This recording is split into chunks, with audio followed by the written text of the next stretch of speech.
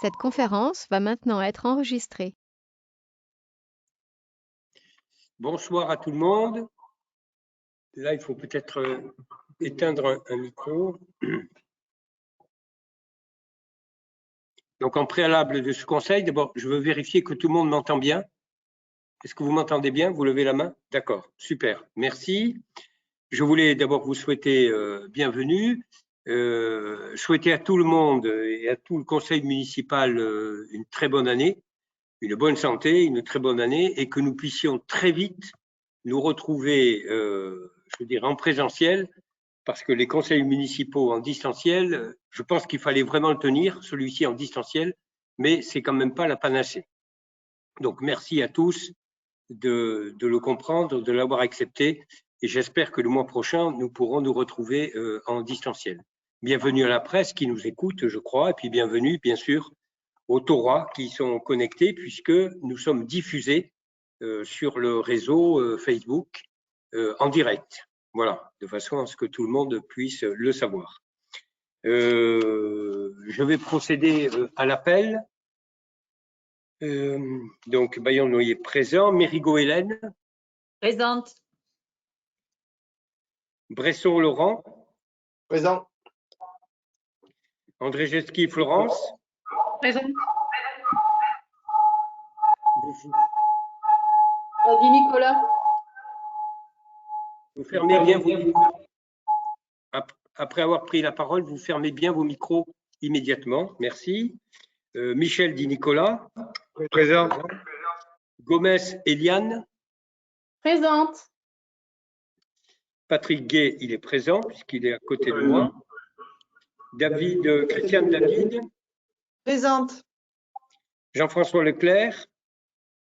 Présent. Christian Royer. Présent. Michel Raoux. Présent. Patrick Villon. Patrick Villon, il n'est pas là, on ne le voit pas. Chantal Vedel. Présente. Béatrice Dupuis. Présente. Lionel Gomez. Présent. Laetitia Paulet, Gilles. Présente. Florian Jacquet. Présent. Présent. Laurent Rémy. Présent. Valérie Piasecki. Présente. Estelle Schneider. Estelle, on t'a vu tout à l'heure. Voilà, ok, présente. Cécile Sassy. Présente. On t'a vu, oui, merci. John Brouet. Il n'est pas présent. Serge Tatarenko. Présent. Chantal Sampéré. Vous régliez ça. Hein, là. Présente. Chantal, présente.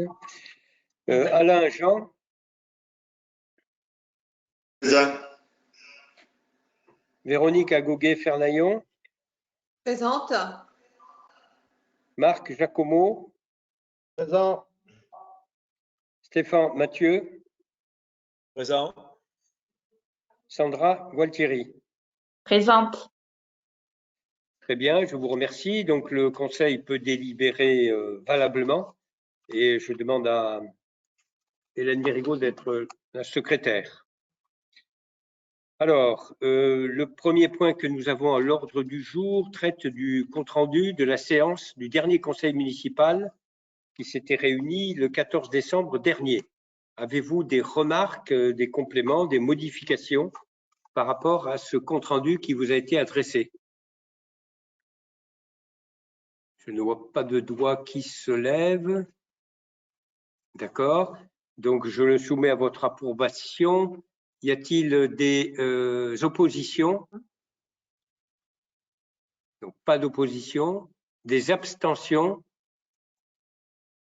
Donc, 1, 2, 3, 4, 5, 6, 7 abstentions. Donc, adopté à la majorité. Merci. Donc, le premier point à l'ordre du jour traite des communications des décisions du maire, qui sont au nombre d'une quinzaine. Avez-vous des questions à poser?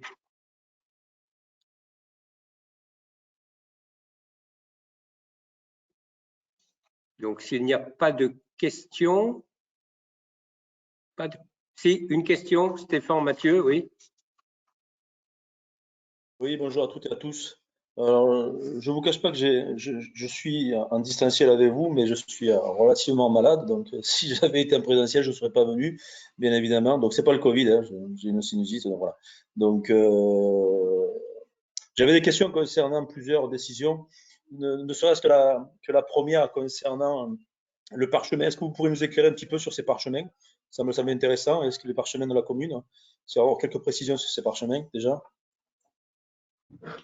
C'est la décision 099. Oui. Mathieu, est-ce que c'est ça?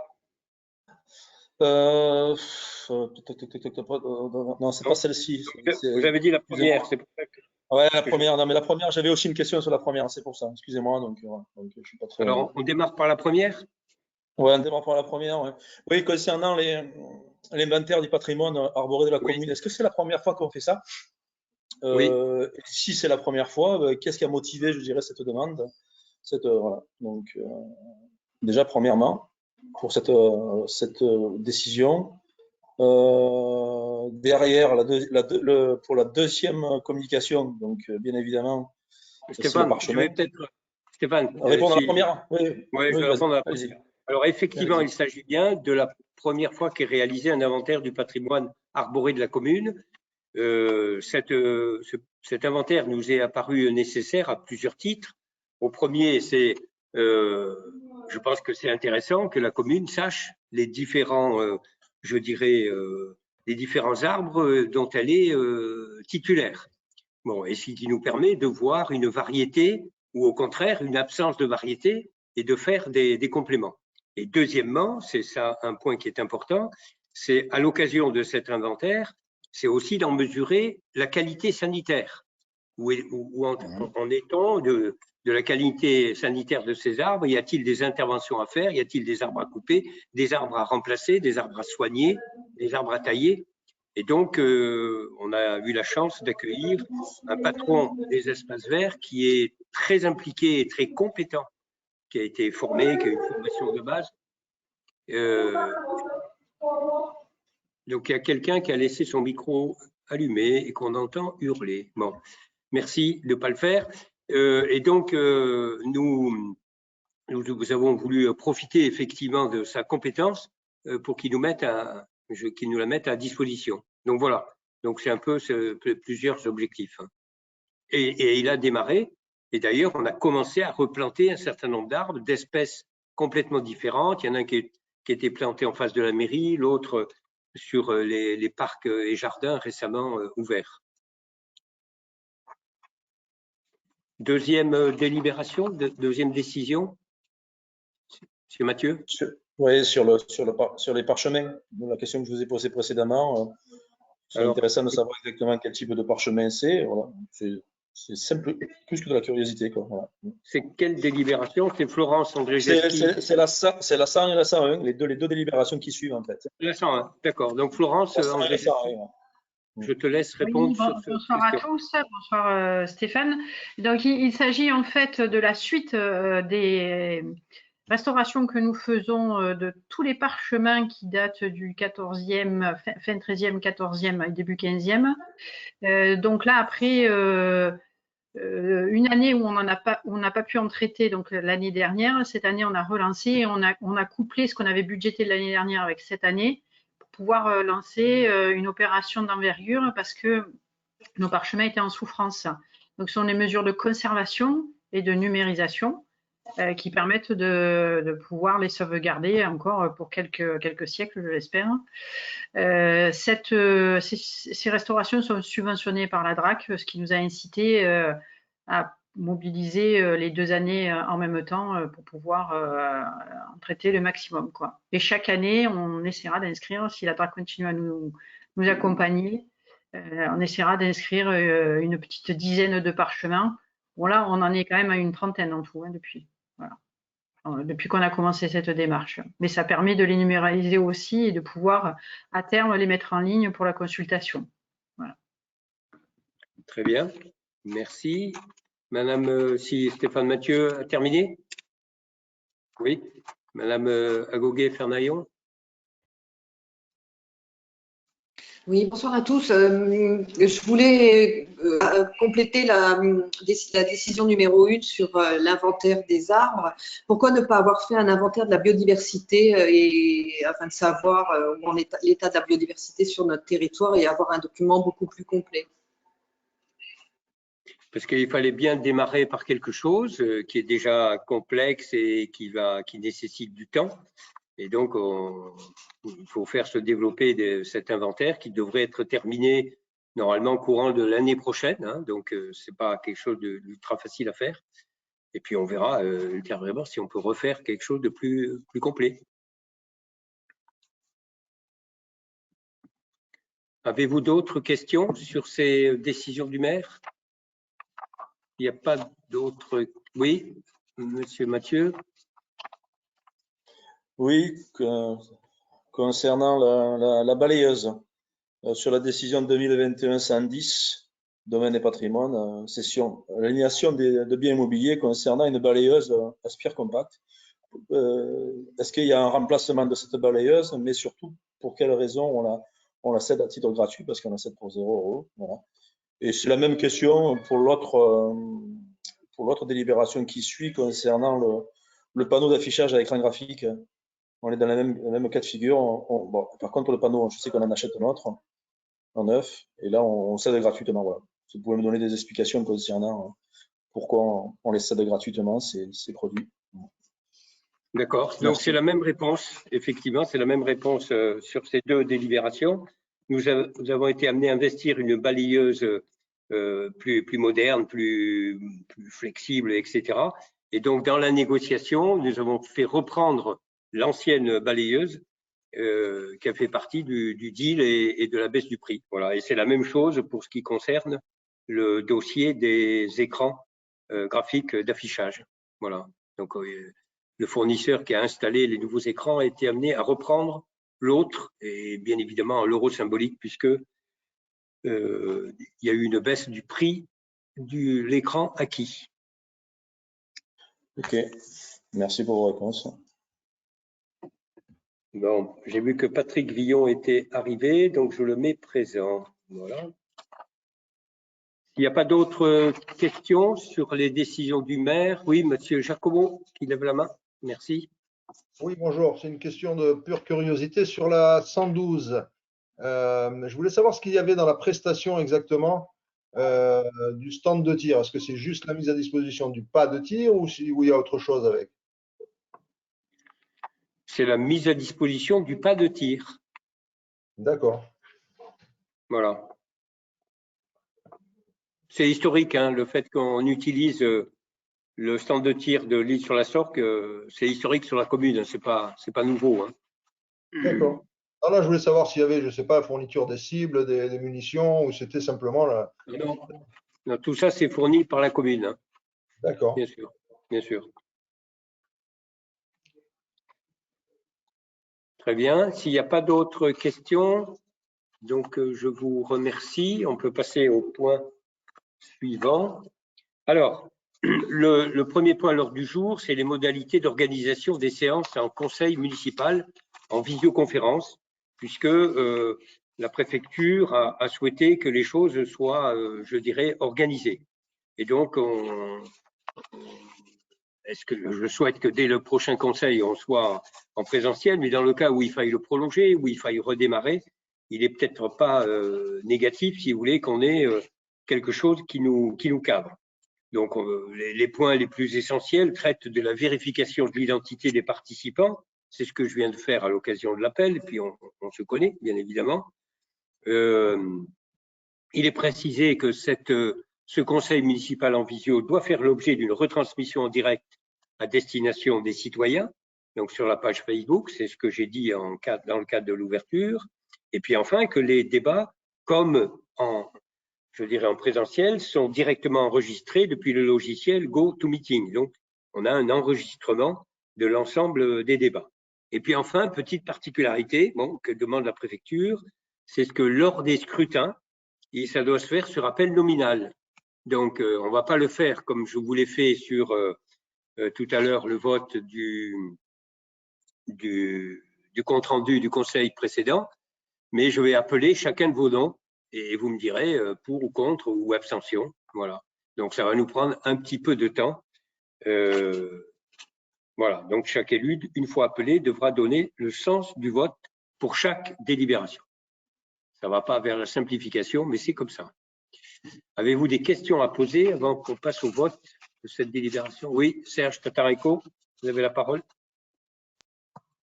Voilà, merci. Bonjour à tous.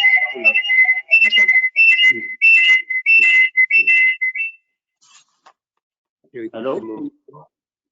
C'est bon là? Non, c'est pas bon.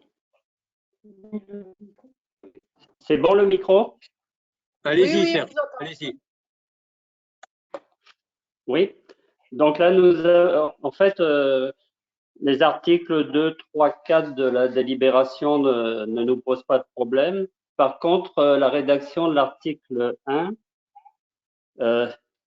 pose un problème. Je rappelle ce qui est écrit. Le Conseil décide de tenir les conseils municipaux en visioconférence avec l'outil GoToMeeting durant la période de sortie de crise sanitaire, et ce jusqu'au plus tard le 31 juillet. Ce qui laisserait sous-entendre que tous les conseils municipaux, au moins jusqu'à une certaine date, seraient en visioconférence. Et ça, nous ne l'acceptons pas, en fait, je pense.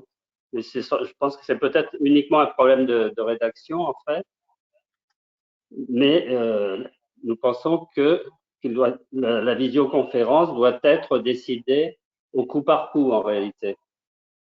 Et d'autre part, nous aimerions bien savoir quels sont les critères factuels sur lesquels on décide de faire ou pas une visioconférence. Voilà. Donc, si le texte reste en l'état, nous voterons contre à cause de l'article 1, la rédaction de l'article 1. Très bien. Alors, je pense que vous n'avez pas une lecture assez précise. Hein. Donc, et on dit, et ce, jusqu'au plus tard. Jusqu'au plus tard. Donc, ça veut dire que ça peut être fait avant.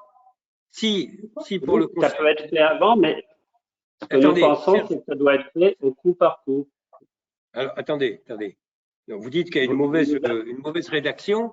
Ce n'est pas une mauvaise rédaction. On dit, de toute façon, cette délibération, elle est valable que jusqu'au 31 juillet. Et les conseils se tiendront en visioconférence jusqu'au plus tard, au 31 juillet. Donc, ça veut dire que dès le conseil prochain, il pourra se tenir en présentiel, tout en respectant, je dirais, ce texte. Alors après, vous dites, il faut le décider au coup par coup, mais c'est ce que nous faisons. Oui, c'est ce que nous faisons. Donc, alors, si vous voulez qu'on fasse une référence à un taux d'incidence de circulation du virus sur le département, moi, je suis prêt à le regarder. Non, c'est pas du tout ça. Non. Mais vous dites, qu'est-ce qui déclenche le fait qu'on est en visio? La lecture du texte, on a l'impression qu'on va faire des visioconférences jusqu'à, effectivement, qu'il n'y en ait plus besoin. Donc, jusqu'au plus tard, le 31 juillet.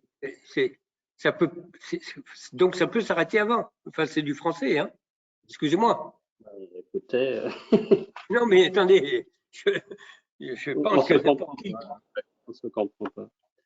Mais, si demain, si vous voulez, si pour le mois de février, je vous dis, on fait ça en présentiel, je serai conforme à l'article 1. Et si je vous le dis en mois d'août, je ne serai pas conforme à l'article 1. Voilà. Et est-ce que vous pouvez nous dire quels sont les critères factuels sur lesquels on décidera, par exemple, de faire oui ou non une visioconférence pour le prochain conseil? Oui, c'est des critères, si vous voulez, qui ont lieu, qui dépendent effectivement du taux d'incidence et donc la circulation du virus. Donc aujourd'hui, comme vous le savez, sur le Vaucluse, on est à 2600 ou 2700. Et Oui, si je vous avais réunis en me disant on le fait en présentiel, alors qu'il y a peut-être des gens qui autour de cette table ne sont pas vaccinés, j'aurais commis une erreur énorme et je n'aurais pas pris ce risque. Voilà. Ça n'est pas une obligation actuellement de faire de la visioconférence. Ah non, c'est pas une obligation. Beaucoup de conseils municipaux se passent en présentiel, même cette semaine. C'est le sens de la responsabilité. Voilà, c'est une approche. D'accord. Donc voilà. nous voterons contre. Ça me contrarie énormément, Monsieur Tatarenko. Hein. Je préférerais le faire en présentiel parce que c'est très compliqué à organiser. Le dialogue est pas le même, etc. Mais comme je vous l'ai dit, si je vous rassemble une trentaine ou 35 avec la presse, etc., dans la même salle, qui n'est pas une salle immense, vous pourriez me reprocher, vous auriez raison, de ne pas être responsable. Hein. Oh non, pas du tout. Bon, voilà, je pense vous avoir répondu. Madame Agoguet, vous avez une question? Non, c'était pour compléter le propos de Serge, c'est-à-dire qu'on aurait préféré prendre une délibération au coup par coup et pas qu'on ait une opportunité de faire de la visioconférence jusqu'au mois de juillet, juste la décider au coup par coup avec une délibération à chaque début de conseil, c'est dans ce sens-là. Oui, mais Madame Agoguet, soyons réalistes. D'abord, c'est pas jusqu'au 31 juillet. Si on lit, c'est jusqu'au plus tard le 31 juillet. Bon. Et deuxièmement, si en février, je vous convoque en visio et on fait prendre une délibération comme quand on est en visio, ben on sera en visio. Qu'est-ce que ça va changer? Qu'est-ce que ça va changer au problème? Si je vous convoque en présentiel, je ne ferai pas prendre de délibération puisque on sera en présentiel. Et là, vous pourrez me dire, attendez, qu'est-ce qui vous a fait vous mettre en présentiel? Donc, vraiment, je ne pense pas que cette proposition soit très cohérente, excusez-moi de vous le dire. Mais vous avez le droit de l'avoir, vous avez le droit de ne pas voter, il n'y a aucun souci. Bon, s'il n'y a pas d'autres questions, donc je soumets à votre vote et donc je vais vous faire voter un par un. Voilà. Donc, Bayon de Noyer pour. Hélène Mérigot. Pour. Bresson. Pour. André Jeski. Pour. Di Nicolas. D. Pour. David Mathieu. Christiane. David Mathieu. Pour. Jean-François Leclerc. Pour. Christian Royer. Pour. Michel Raoux. Pour. Patrick Villon. Pour. Chantal Vedel. Pour. Béatrice Dupuis. Pour. Lionel Gomez. Pour. Paul et Gilles. Pour. Jacques Quay. Pour. Rémi. Pour. Yazeki. Pour. Schneider. Pour. Sassi. Tatarenko. Contre. Contre. D'accord. Sampéré. Contre. Jean. Contre. Agoguet Fernaillon. Contre. Giacomo. Contre. Mathieu. Contre, monsieur le maire, pour les mêmes cas de figure qu'a expliqué monsieur Tatarenko, l'article ne nous convient pas simplement, donc c'est une question de sémantique, voilà, c'est pas plus. Sinon, après, une question de... D'accord. Gualtieri. Contre. Très bien, je vous remercie. Donc, adopté à la majorité. La délibération suivante traite de la cession d'une parcelle cadastrée. Laurent Rémy, tu peux couper ton micro. Laurent Rémy. Voilà. Et je vais couper le mien. Donc, cession de parcelle rue Jean Jaurès à la SCI, lune d'automne, et c'est Michel Di Nicolas qui nous la présente. Merci Michel. Bonsoir à tous et à toutes.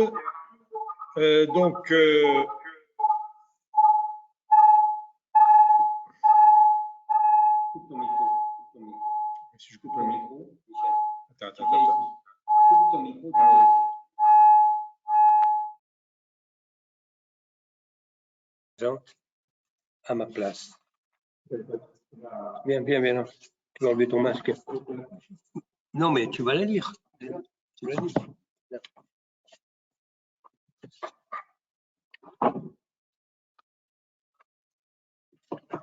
Cession de la parcelle cadastrée section AC 1131, rue Jean Jaurès à la SCI Lune d'Automne. La commune est propriétaire d'une remise R+1 accessible depuis la rue Jean Jaurès d'une superficie au sol d'environ 38 mètres carrés. Le bâtiment est actuellement en mauvais état. Le sol du rez-de-chaussée est en terre battue et il n'y a aucun escalier permettant un accès à l'étage, ce dernier étant délabré. La partie est, au rez-de-chaussée du bâtiment, correspond aux toilettes publiques à environ 6 mètres carrés, donnant uniquement sur le parking place Alkirch. Cette partie est isolée du reste du bâtiment par un mur. Ils sont aujourd'hui désaffectés suite à la création de toilettes publiques dans le bâtiment situé à l'angle de la place du Fer à Cheval et de la rue Gustave Roux. La remise est viabilisée et bénéficie d'un abonnement électrique ainsi que d'un abonnement de comptage au réseau d'eau potable. Le réseau d'assainissement est connecté jusqu'à l'intérieur en parfait état de service.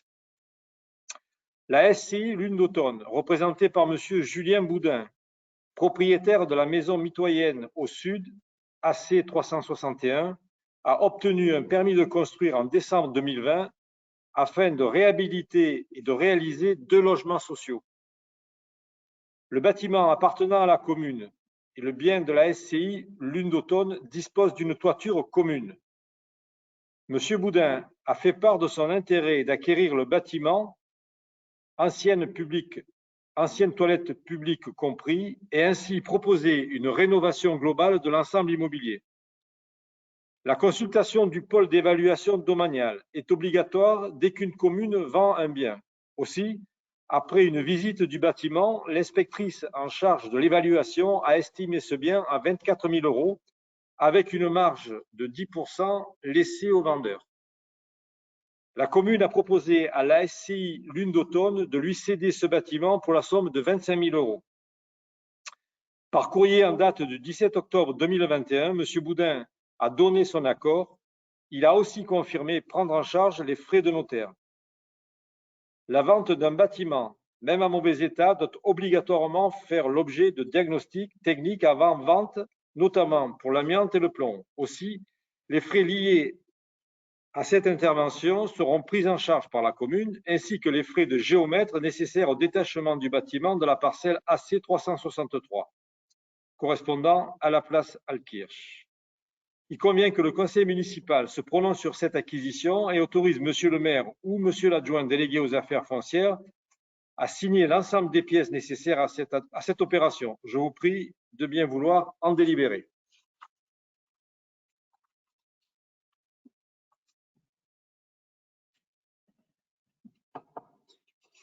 Merci, Michel. Y a-t-il des questions?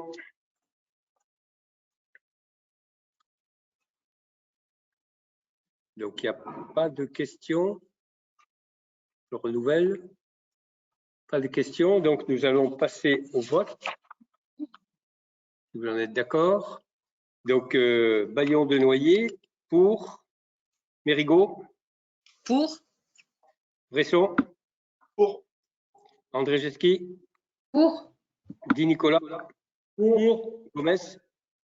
Pour. Eliane? Gay, Patrick? Pour. David, Mathieu, Christiane? Pour. Leclerc, Jean-François? Pour. Royer, Christian? Pour. Raoux, Michel? Pour. Villon, Patrick? Pour.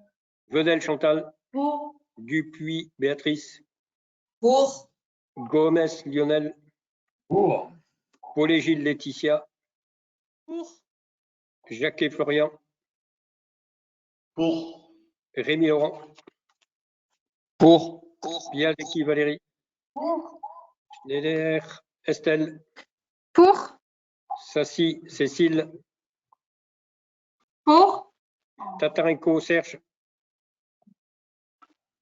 Pour. Sampéré, Chantal. Pour. Jean-Alain.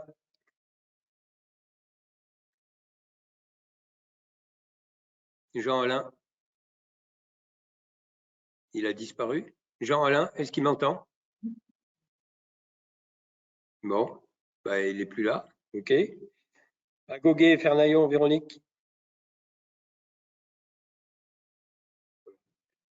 Ils votent tous les deux pour, ils lèvent les pouces. D'accord. Ils doivent s'exprimer. Il y a une délibération qui a été votée. Giacomo, Marc. Pour. Stéphane, Mathieu. Pour. Gualtieri, Sandra. Pour. Adopté à l'unanimité. On est pour, hein, le micro ne marchait pas, c'est l'inconvénient de la visio. Excusez-nous. Hein. Donc, la délibération suivante traite, c'est le rapport d'orientation budgétaire pour l'année 2022. Donc, ce rapport va vous être commenté par adjoint aux finances. Vous pouvez couper votre micro, Madame Agoguet. Voilà. Alors, on peut dire d'abord en introduction que le rapport d'orientation budgétaire qui se fait chaque année vise à prendre un moment de recul pour examiner le contexte dans lequel nous opérons. D'une part, au regard du contexte national, avec des perspectives qui sont dessinées par le gouvernement à travers un budget, et puis deuxièmement, au regard du contexte local et des objectifs que s'est assigné la municipalité. Donc, pour 2022, comme pour l'année qui s'achève, le débat reste assez difficile puisqu'on a un certain nombre de grandes incertitudes qui affectent d'une part l'économie mondiale, l'économie nationale et locale, et les interrogations qui se posent au travers de la crise sanitaire. Donc, en annexe, on illustre ceci par les inquiétudes qui entourent l'ouverture de cette nouvelle année. Hein, on a fait ça avec un petit peu d'humour, de façon à bien illustrer, et le brouillard qui domine le cheminement attendu. Et donc, en face de tout ça, bien évidemment, il faut du volontarisme et pas mal d'optimisme, comme le montre la troisième image, qui va vous être présentée très vite. Qui pilote les images? C'est pas vous? Vous l'avez pas. Bon. Donc, on rappelle, si vous voulez, que le projet de loi de finances pour 2022 a été présenté au Conseil des ministres en septembre, qu'il a pu être adopté définitivement par l'Assemblée que le 15 décembre. Donc, il y a eu une période assez longue. Puis, il y a eu des recours au Conseil constitutionnel. Et donc, la loi qui a promulgué le budget, qui nous dirige, hein, n'a été promulguée que le 30 décembre dernier. Et donc, publiée au journal officiel le 31 décembre, juste avant la clôture de l'année. Donc, on peut dire qu'il y a plusieurs incertitudes. La première, c'est l'évaluation de la situation sanitaire liée à la pandémie. Donc, on nous annonce un pic de Omicron qui doit monter encore un peu, mais qui devrait pouvoir être réduit. Mais en même temps, on nous annonce l'apparition d'un nouveau variant, voilà, qui est déjà présent au Danemark et qui est même dominant au Danemark.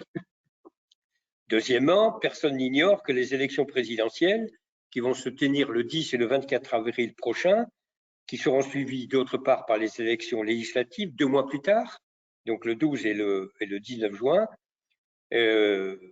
rendent un peu difficile les différentes prévisions que le budget a pu faire, parce que qui va être président, quelle va être la majorité, et puis il y a une période, bien évidemment, un peu d'incertitude, le temps que toutes les choses soient mises en place. C'est vraiment qu'en septembre qu'on peut dire qu'il y a un nouvel impact, c'est avec les nouvelles personnes qui seront élues. Et donc, on peut s'attendre, bien évidemment, à ce qu'il y ait une loi rectificative, une loi de finances rectificative.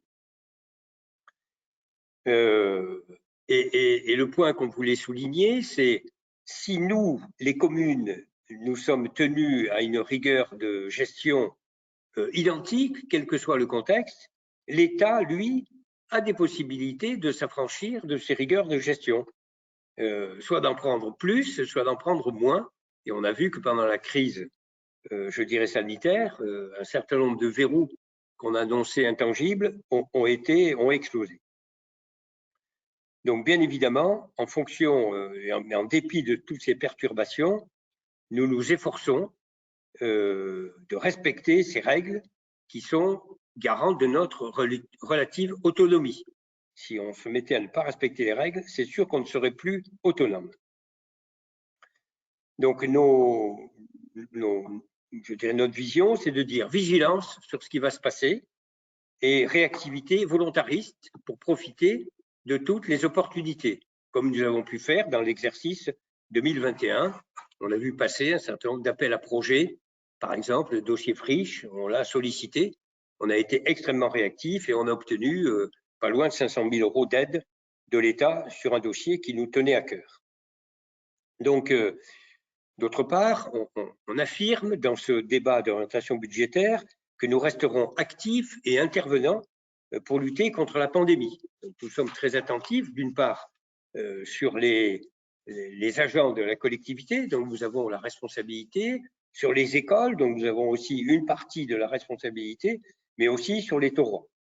Donc, on rappelle qu'à la fin de l'été 2021, la livraison de la Maison des médecins, qui est un bâtiment tout à fait adapté avec une équipe médicale motivée, a permis de doter la commune d'un accueil 7 jours sur 7 des différents candidats, je dirais, patients, qu'ils soient taurois d'ailleurs ou non taurois. Bon, tout à l'heure, on répondra à une question orale qui nous a été posée sur la mise en place des détecteurs de CO2 et sur ce que nous avons fait. Donc, on continuera, bien sûr. Le télétravail partiel qui existe aujourd'hui dans la commune, qui avait déjà existé dès 2020 et puis qui a été renouvelé après la signature d'un accord conventionnel voilà, qui nous a permis de continuer à faire fonctionner tous les services publics de la commune, alors qu'il y a une partie des gens qui sont, je dirais, en télétravail. Donc, les dépenses de fonctionnement restent attentivement surveillées, et donc ça, vous le verrez à l'occasion du compte administratif que nous serons amenés à voter au mois d'avril et qui fera apparaître un excédent budgétaire. Et l'investissement sera consacré principalement au rattrapage des retards enregistrés à la préparation des chantiers des années suivantes. Enfin, les besoins de financement seront finement étudiés pour arbitrer au mieux les intérêts de la commune entre les diverses possibilités en matière de recettes, maximisation des subventions, recours à l'emprunt tant que les taux restent attractifs, incidence de la revalorisation des bases locatives, puisqu'il y en aura une, les mises à niveau à terme et une seule fois du taux de la taxe foncière. On se donne ces possibilités-là. Donc, on le dit un peu en souriant, mais le pire n'est jamais sûr et un certain optimisme soutiendra toujours notre pas. Donc, ça veut dire qu'en face d'un paysage qui est complexe, comme vous l'avez vu, eh bien, le pilotage restera un pilotage volontariste et optimiste. Voilà ce que je voulais dire en introduction. Je donne la parole à Patrick pour nous parler du contexte national. Bonsoir.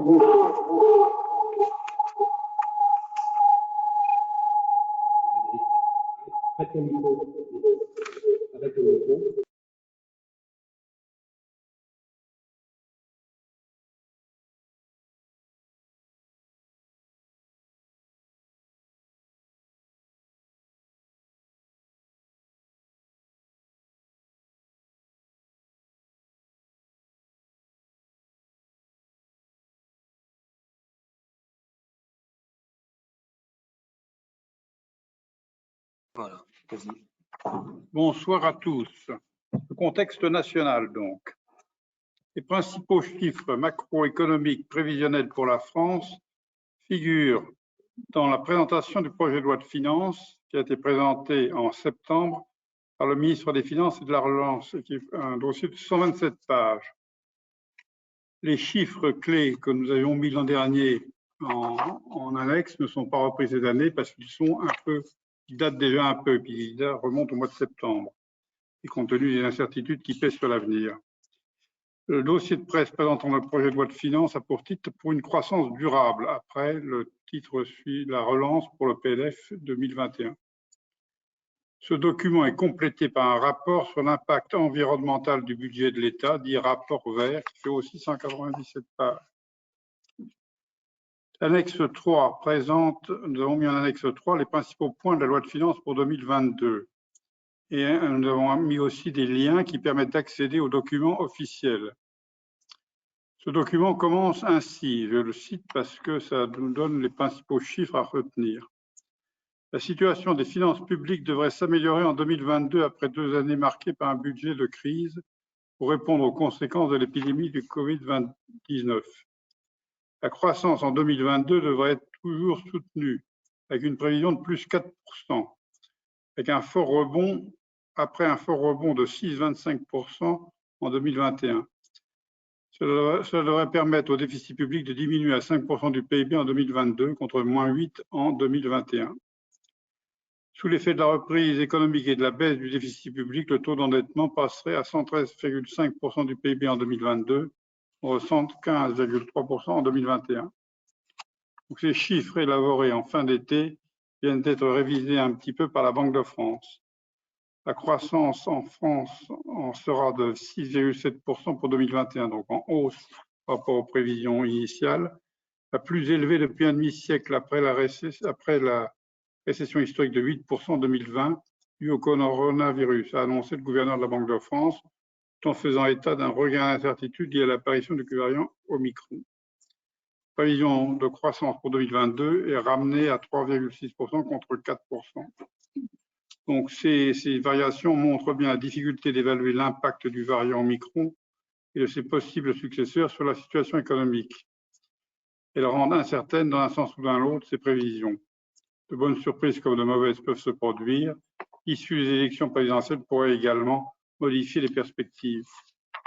Dans ces conditions, il vaut mieux s'attacher aux orientations qui peuvent être retenues localement et ne pas s'appesantir trop sur le contexte national. L'assouplissement des règles financières européennes et la mise en place progressive des plans de relance sont à la source du fort rebond de la croissance en 2021. Mais l'affranchissement des règles miraculeux sur le moment ne pourra cependant avoir qu'un temps limité. En revanche, pour les communes et autres collectivités territoriales, rien n'est changé. La discipline financière doit continuer de s'appliquer. Je rappelle les principaux points de cette discipline financière. La nécessité de présenter des budgets en équilibre, fonctionnement et investissement. L'endettement ne peut servir qu'à l'investissement, jamais au fonctionnement. L'épargne disponible doit être positive. L'excédent des recettes de fonctionnement sur les dépenses doit couvrir au moins le remboursement du capital des emprunts figurant dans le budget investissement. Les règles régissant l'endettement sont précises et strictes et suivies par les banques qui refusent les prêts en cas de non-respect. Nous allons passer maintenant à l'analyse des orientations budgétaires pour le contexte local. Je repasse la parole à Monsieur le maire.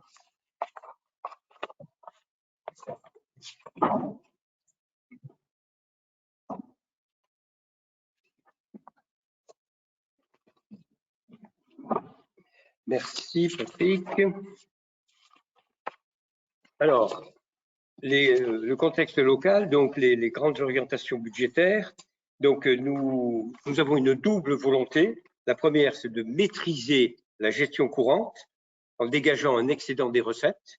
Et deuxièmement, de poursuivre une politique d'investissement qui reste ambitieuse et qui est motivée par la préservation du patrimoine existant, le renforcement de l'attractivité de la commune et de sa beauté, et le développement de structures qui sont nécessaires à l'épanouissement des habitants, équipements sportifs, etc.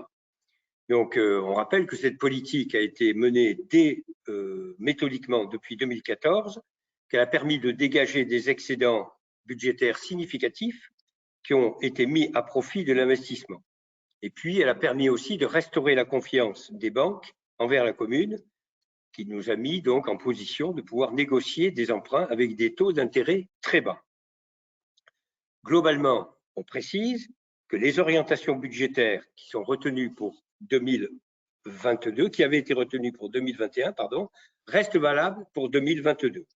S'y ajoute toutefois la volonté de la commune de suivi et de réactivité vis-à-vis de l'évolution sanitaire. Nous y serons très très attentifs et le respect réaffirmé des règles de prudence financière telles que nous l'avons dit. Donc en matière de fiscalité, nous nous engageons sur un maintien des taux des impôts locaux. Donc la marge de manœuvre de la commune en matière d'influence sur ses recettes, comme vous le savez, a été très fortement restreinte par la suppression de la taxe d'habitation, qui va être supprimée complètement en 2023, taxe qui représentait 50% des recettes totales des impôts locaux directs. Donc à partir de 2021, la taxe d'habitation est remplacée par la part de foncier bâti, perçue jusqu'alors par le département. Et celle-ci est complétée par une compensation de l'État. Et on informe que cette année, pour 2021, ce sera un peu plus de 800 000 euros qui nous seront versés en compensation de ce qu'on ne percevra pas sur la taxe d'habitation. Seule donc subsiste la possibilité pour la commune de faire varier le taux d'imposition de la taxe foncière. Et donc, pour des raisons d'équité, il est exclu d'opérer un quelconque relèvement du taux de la taxe foncière, ou tout du moins pas avant la disparition totale et pour tous de la taxe d'habitation. Le deuxième point, c'est les concours financiers de l'État, sur lesquels on peut avoir une légère augmentation. Donc, nous prévoyons l'hypothèse d'une augmentation de 2% des concours de l'État, ce qui a été donc retenu. En matière de subventions, nous souhaitons vraiment maximiser l'apport des différents partenaires, l'État, la communauté de communes, le département, les régions, la caisse d'allocation familiale, les directions régionales des affaires culturelles, les fédérations sportives, tous les partenaires qui nous ont permis d'avoir des subventions sur le passé et que nous allons bien évidemment accompagner au maximum. Donc ça veut dire qu'ils seront associés dès le démarrage de nos différents projets afin de répondre au mieux aux critères de financement qu'ils demandent. On peut d'ores et à présent affirmer qu'entre 30 et 40% des investissements annoncés bénéficieront de subventions. Et on précise que la préfecture et la région viennent d'ailleurs de nous notifier leur accord concernant l'octroi de 2 subventions d'un montant de quasiment 1 million d'euros, la tranche de cœur de ville et le recyclage d'une friche urbaine. Le deuxième point, en matière de recettes, l'emprunt et l'endettement. Pour répondre aux besoins de financement des investissements, la commune a profité dans le passé de l'opportunité des taux d'intérêt très faibles, de son excellente santé financière pour souscrire historiquement quelques emprunts intéressants tout en maintenant un endettement raisonnable. Et enfin, des charges financières annuelles qui sont non seulement stables, mais qui ont été à la baisse. Donc, on rappelle qu'un emprunt de 2 800 000 euros a pu être contracté fin de l'année 2021 pour couvrir le besoin de financement et sur une durée, un taux fixe sur toute la durée de l'emprunt avec un taux inférieur à 1%, avec une durée de 25 ans. Donc, en théorie, l'emprunt nécessaire pour boucler le besoin de financement 2022 devrait être faible ou inexistant. Toutefois, la question de l'opportunité d'emprunter à nouveau, dans la perspective des investissements futurs, peut légitimement se poser. Il faudra bien évidemment regarder la résurgence des tendances inflationnistes qui pourraient durer et inciter les banques centrales à durcir leur politique monétaire et donc, comme conséquence, de hausser sensiblement les taux d'intérêt. Ce point sera étudié très attentivement en 2022. Au total, les recettes de fonctionnement pour 2022 pourraient être en augmentation d'environ 3%. Je vais te redonner la parole, Patrick, oui. Hein ?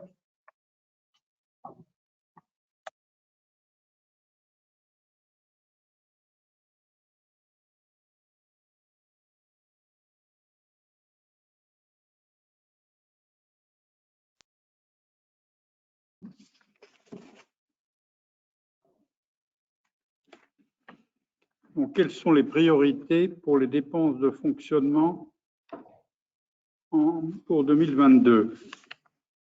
On va retrouver une déclinaison qui rappelle fortement celle de l'année précédente.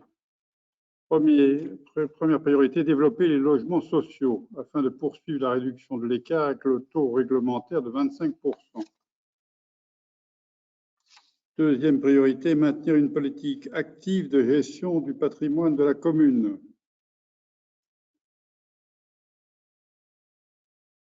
vais citer un simple exemple, c'est celui de la cession de la partie communale des anciens foyers de logement a été réalisée en 2021. Les travaux de destruction viennent de débuter, seront suivis de la construction de nouveaux bâtiments qui seront parfaitement conformes aux normes.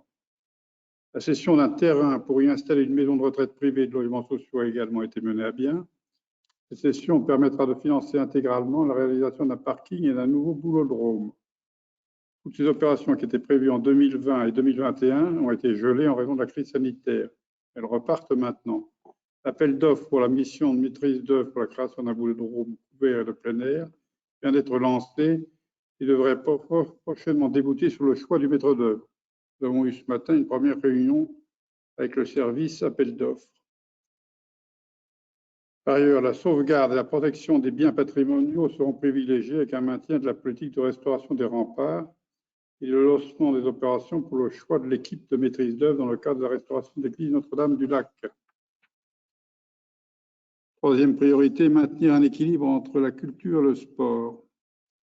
Culture, c'est la réalisation de la médiathèque qui permettra de rénover la maison Saint-Roch, projet attendu par les Taurois depuis de nombreuses années, qui correspond à une réelle attente. À ce jour, aucun espace culturel communal n'existe pour une population de plus de 9000 habitants. Par ailleurs, pour accompagner la croissance des associations sportives, la construction de 2 cours de tennis couverts a été achevée cet automne. Ceux-ci sont entrés en service cet automne, ce qui permettra de décongestionner le système gymnase saturé au profit des autres associations. Enfin, la labellisation du TOR Terre de Jeux 2024 par le Comité national olympique va être mise à profit pour insuffler une culture sportive encore plus forte dans la commune. Autre priorité, poursuivre la politique sociale de soutien aux plus démunis et aux personnes dans le besoin par l'intermédiaire du CCAS et des associations compétentes. Renforcer les liens, les actions d'embellissement de la ville, l'espace vert et le soutien à la biodiversité et affirmer un souci essentiel à la promotion de la transition énergétique, la défense de l'environnement et du développement durable. Donc là, il y a plusieurs actions qui sont citées dans le texte, mais je ne vais pas toutes les reprendre. Nous maintiendrons en particulier le programme lancé en 2020, Un bébé et un arbre, de façon à nous positionner en démarche pédagogique auprès des Taurois.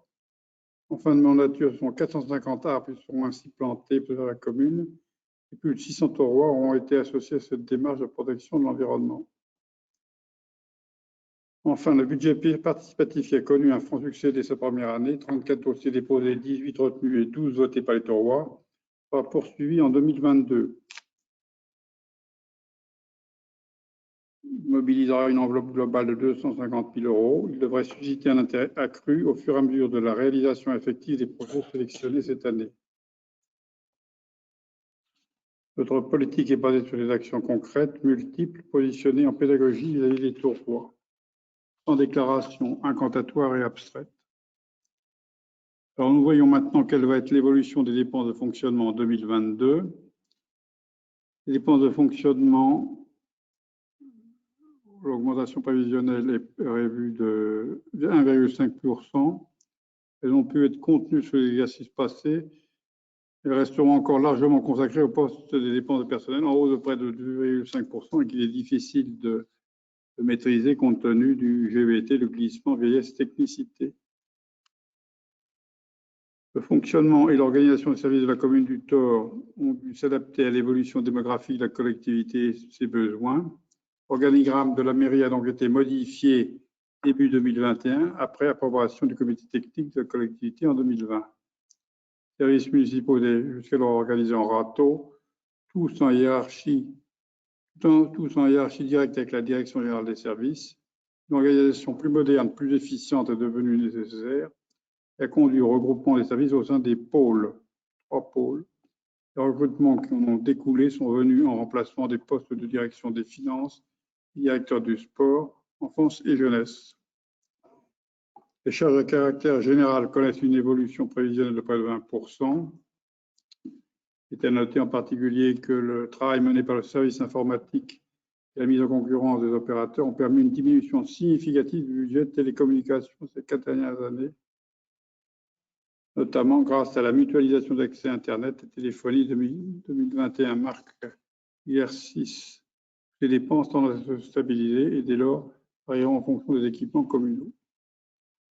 Les subventions aux associations seront en légère hausse, notamment dans le cadre des opérations menées en lien avec le label Terre des Jeux, un peu plus de 1 000 € le paiement.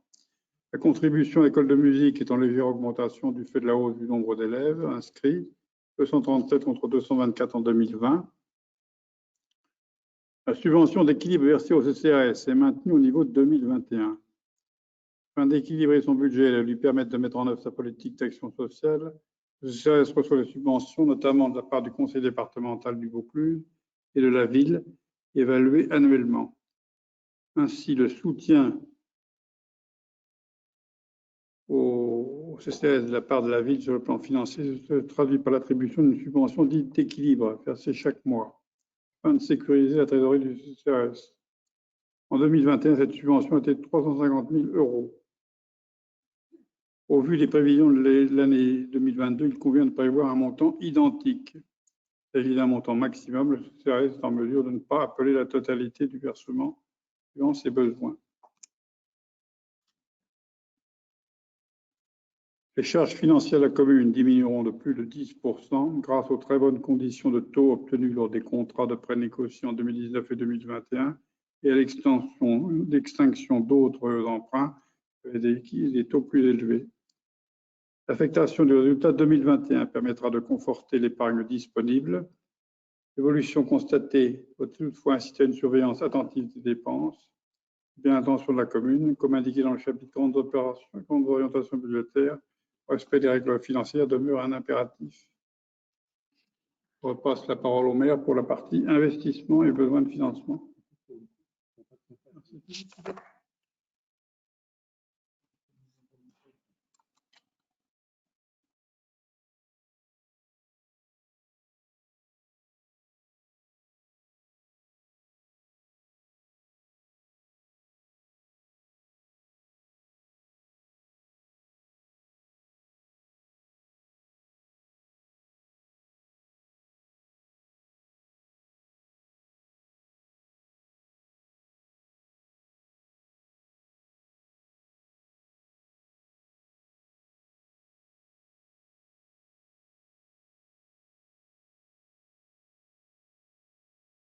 Ça y est, voilà.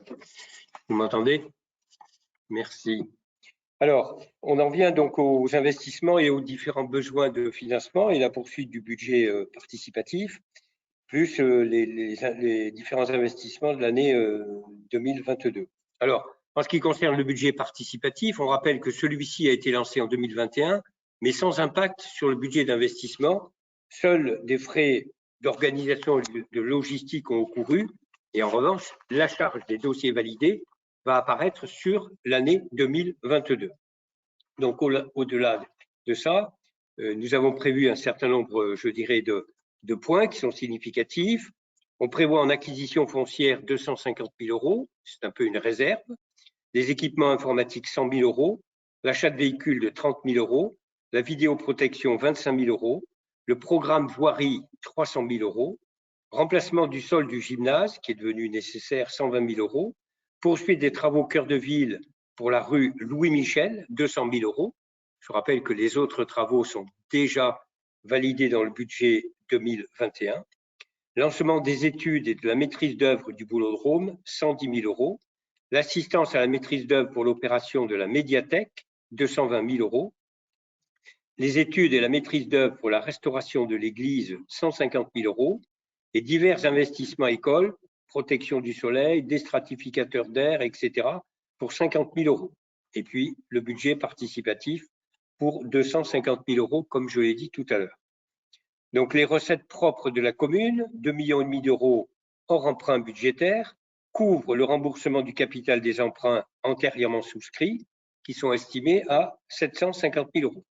Le bouclage du budget d'investissement est assuré par un emprunt budgétaire théorique, comme chaque année, qui sera défini lors de la reprise du résultat de 2021.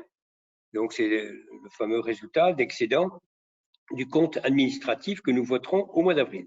Des restes à réaliser ainsi qu'en fonction de la réalité de l'engagement des projets.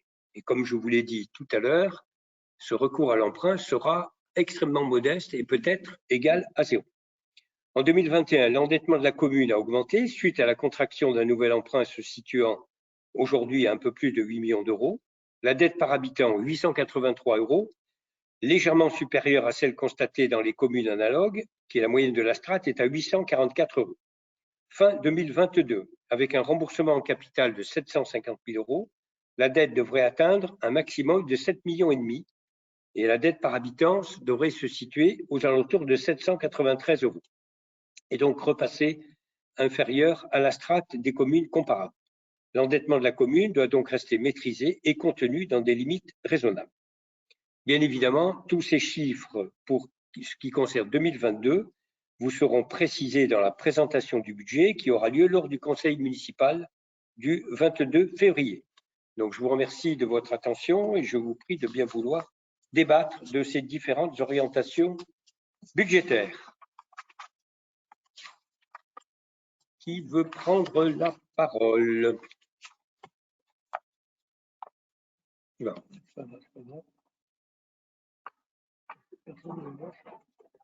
Oui. Alors, Serge Tatarenko, vous avez levé la main. Je vous en prie, je vous donne la parole. Voilà. Merci, monsieur le maire. Et merci pour cet exposé très clair.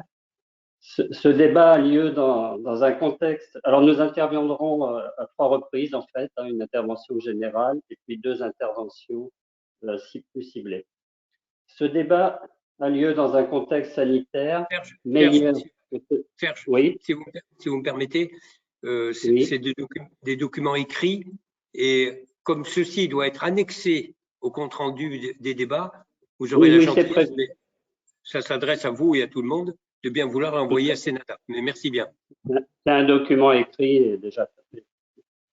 Ce débat a lieu dans un contexte sanitaire meilleur que celui de l'année dernière, en raison de la vaccination, d'un virus plus contagieux mais moins virulent, ce qui devrait permettre la réalisation des opérations en cours, en particulier au niveau cœur de ville. Une certaine prudence sur les prévisions s'impose malgré tout, la pandémie pouvant nous réserver de nouvelles surprises. D'une façon générale, s'il est construit logiquement, le document proposé au débat manque souvent de chiffrage, même approximatif, qui pourrait aider à comprendre l'évolution dans le temps des grandes masses, dépenses et recettes de fonctionnement, endettement, investissement. Parfois, seuls des pourcentages de variation, en effet, sont donnés. Alors, nous avons retenu un certain nombre d'éléments de ce document qui ont été repris dans la présentation. D'abord, le taux des impôts locaux ne variera pas en 2022, ce dont nous nous réjouissons, mais il faut tout de même souligner qu'avec un taux de 25%, pour le foncier bâti, nous sommes au-dessus de la moyenne de la strate qui est de 20,88%. Une possible augmentation de la taxe foncière reste toutefois envisagée à partir de 2023, lorsque la taxe d'habitation aura effectivement disparu pour tous, sauf les résidences secondaires. Et nous espérons qu'il sera possible d'éviter cette augmentation de taxe foncière. En matière d'endettement, un emprunt de 2 800 000 a dû être contracté pour couvrir le besoin de financement et la possibilité d'un nouvel emprunt en 2022, comme vous l'avez expliqué, n'est pas totalement exclue pour pouvoir tirer profit éventuellement de taux d'intérêt encore bas. L'endettement actuel, légèrement supérieur à 8 millions, soit légèrement supérieur, comme vous l'avez dit, par habitant à la moyenne de la strate, il nous paraît essentiel que ce niveau d'endettement n'explose pas et nous devons dire que les projets d'investissement, même s'ils ont été revus sérieusement à la baisse, tels que ne nous rassurent pas de ce point de vue, en particulier le boulodrome et la médiathèque. Nous reviendrons sur le boulodrome, projet qui nous paraît pharaonique par la suite. S'agissant des dépenses de fonctionnement, l'absence de chiffres et de graphiques donnant l'évolution des dépenses de fonctionnement se fait cruellement sentir. Seuls, comme je le disais tout à l'heure, des pourcentages de variation des dépenses et des recettes sont donnés. Il est donc difficile de se faire véritablement une opinion. Toujours est-il qu'il est mentionné que les dépenses seront en hausse, 2,5% pour les dépenses de personnel, mais l'épargne disponible devrait être confortée grâce à l'affectation du résultat 2021, mais aucun ordre de grandeur de ce résultat ne nous est donné. L'affectation des résultats, dont l'estimation n'est pas précisée, permettra sans doute d'augmenter cette épargne, mais à terme, compte tenu du programme d'investissement annoncé et des études qui seront engagées en 2022, il est à craindre une augmentation par la suite des dépenses de fonctionnement du fait des conséquences futures de ces investissements. Et là, pensons qu'il sera important effectivement de prendre en compte tout l'impact de ces nouveaux investissements, médiathèques, boulodromes, sur les charges de fonctionnement. Ceci nous ramène au risque pour les Taurois, nous ne le souhaitons pas, d'une hausse de la taxe foncière dans un avenir peut-être pas si lointain. Le développement des logements sociaux doit en effet être une priorité de la commune. L'intensification des programmes de logements sociaux est une bonne chose. Mais il faut souligner que l'objectif est non seulement de réduire la pénalité pour insuffisance de logements sociaux, mais aussi par rapport à la loi SRU, mais surtout d'offrir des logements accessibles à tous et favoriser la mixité sociale. Les subventions aux associations seront en légère hausse, et en fait, on devrait peut-être dire en très légère hausse. Je cite par exemple les 1050 € d'augmentation prévus pour les opérations en lien avec les opérations terre de jeu, pourtant une priorité commune, ce dont nous nous réjouissons. Il est clair qu'une analyse de la situation et des besoins de chaque association devrait également être faite. La subvention au CCS n'augmentera pas en 2022 et sera stabilisée à 350 000 €. Nous souhaitons rappeler que cette subvention avait été abaissée en 2019 à 300 000 €, ce contre quoi nous nous étions élevés, et qu'in fine, une dotation exceptionnelle de 50 000 € a dû être attribuée en 2020 et en 2021 aussi d'ailleurs, pour équilibrer le budget du CCS. Nous reviendrons par la suite sur le CCS. J'en viens maintenant aux priorités en matière d'investissement. Si nous ne sommes pas favorables à l'installation de nouvelles caméras, en revanche, nous pouvons être en accord sur certaines opérations prévues, telles que la restauration de l'église et le budget participatif. En ce qui concerne ce dernier, nous pensons que le montant alloué est satisfaisant, mais nous mettons en garde toutefois contre le risque de saupoudrage de ce budget, qui serait vraiment dommage. Concernant le boulodrome, projet pharaonique de 1 700 000 €, il est dit qu'il est totalement financé par des cessions de terrain. Ceci nous paraît assez curieux, car le produit de la cession de ces terrains aurait en fait pu servir à n'importe quelle autre opération, telle qu'une halle des sports, par exemple, qui est demandée par de nombreuses associations. Le produit a surtout, en fait, servi, si l'on regarde de plus près, à limiter l'emprunt effectué en 2021. Conscient de l'importance d'un boulodrome pour les boulistes, il nous semble que le projet aurait pu être amené à des proportions plus raisonnables, mais nous reviendrons par la suite sur ce point. En ce qui concerne la médiathèque, nous sommes conscients de l'urgence d'un tel projet, mais nous pensons que ce projet aurait dû s'inscrire dans le cadre d'une réflexion intercommunale, comme cela existe dans d'autres intercommunalités. Nous regrettons également, et surtout, de n'avoir que très peu ou pas d'informations sur l'avancée de la réflexion sur le projet. On apprend des choses intéressantes par ailleurs sur des émissions de télévision, mais c'est tout. Nous n'avons pas véritablement d'informations concrètes sur ce qui est prévu. Nous pensons aussi que d'autres priorités auraient pu être dégagées et peuvent l'être encore, telles que la création d'une halle des sports, qui effectivement est demandée par beaucoup d'associations sportives. La création, et enfin, je terminerai avec un sujet qui m'est cher, nous en parlons chaque année, qui aurait pu être la création d'une halle modulable dans le centre du bourg. Et lorsqu'on voit l'état actuel de la place du 8 mai et du 11 novembre, telle qu'elle apparaît, dans sa splendeur et dans ses dimensions, on se dit que c'est vraiment dommage de ne pas y mettre une halle. Je vous remercie pour votre attention. Merci de votre intervention qui était complète. D'autres interventions?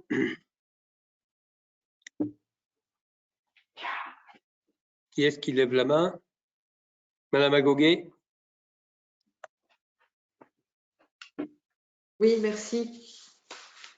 Monsieur le maire, mesdames, messieurs les membres du Conseil, les orientations budgétaires que vous nous proposez aujourd'hui de débattre reflètent votre politique et votre vision du développement de notre territoire. Vous avez depuis longtemps maintenant saisi l'occasion des prochains Jeux olympiques en France en 2024 pour inscrire le Thor dans une spécificité sportive. Cette démarche, cette vision en vaut bien une autre et le sport, c'est bon pour la santé physique et morale. La note de priorité était l'urgence et les défis climatiques ainsi que la relance de la biodiversité, mais enfin à chacun de ses objectifs. Cette année, donc, pour entériner vos choix, vous vous engagez les Thorois dans la construction d'un nouveau boulodrome, un projet devenu nécessaire afin de libérer l'emplacement de l'actuel équipement afin d'en faire un parking en centre-ville. Jusqu'à là, rien à redire. Et la pétanque est une activité sportive qui concerne de nombreux adeptes, et particulièrement dans notre région. Mais, à l'instar des terrains de tennis couverts engagés à la fin de votre premier mandat, vous nous proposez encore une fois un projet pharaonique, pour reprendre l'expression de Serge. Ce nouveau boulodrome de 54 pistes en extérieur et 18 pistes à l'intérieur d'un bâtiment à construire permettra en effet d'accueillir simultanément jusqu'à 432 joueurs en triplette. Alain me suggère de compléter. Pharaonique enfin par son coût qui est estimé à 1,7 million d'euros. Alors qu'en préambule de votre présentation du budget, vous dénoncez les incertitudes qui affectent l'économie mondiale, nationale et locale et les interrogations qui se posent sur la santé globale des populations, nous ne comprenons pas votre goût de la démesure alors que la prudence et la sobriété seraient de mise. Nous ne comprenons pas pourquoi vous n'avez pas fait le choix d'un projet plus mesuré, mais qui aurait néanmoins répondu aux attentes des clubs du Thor, tout en déplaçant une partie du budget pour la réalisation enfin d'une halle sportive pour les autres associations, un projet qui est toujours reporté et qui passe donc après les terrains de tennis et après les jeux de boules. Nous ne comprenons pas que des solutions intercommunales ne soient pas recherchées pour des équipements dont la grande ambition aurait eu sa place à l'échelle d'un plus grand territoire. Il y a comme une incohérence entre le préambule budgétaire qui explique qu'il faut être prudent et la réalité de vos projets. Et dans le même temps, vous prévoyez un plan pluriannuel de passage progressif en alimentation bio, quand la loi Egalim prévoit déjà depuis le début de l'année 50% de produits bio locaux dans les cantines, et vous aviez eu 4 ans pour vous y conformer, alors qu'on en est aujourd'hui à peine un produit bio par jour. Vous parlez également dans le même temps de programmer des pistes cyclables, et à ce sujet, vous n'allouez que 300 000 € à la voirie. Mais quelle part correspond effectivement aux pistes cyclables? Alors non, nous ne comprenons pas la pression que vous mettez sur le service public et le travail des agents sous couvert de la maîtrise des charges de fonctionnement, quand la solidarité envers nos concitoyens, grâce à une politique de service public ambitieuse, serait la priorité en ces temps difficiles. Merci.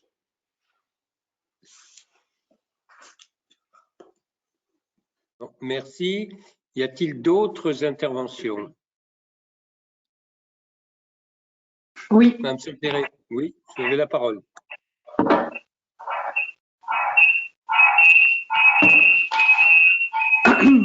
Monsieur le maire, Mesdames et Messieurs les membres du Conseil.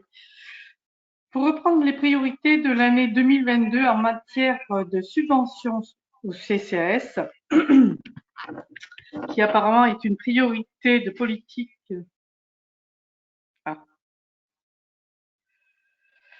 sociale dans le soutien aux plus démunis et aux personnes dans le besoin, avoir une meilleure réactivité de l'accompagnement social des Taurois qui sollicitent de plus en plus le CCAS, nous sommes étonnés qu'une augmentation des tarifs du service convivialité soit mise en place début janvier.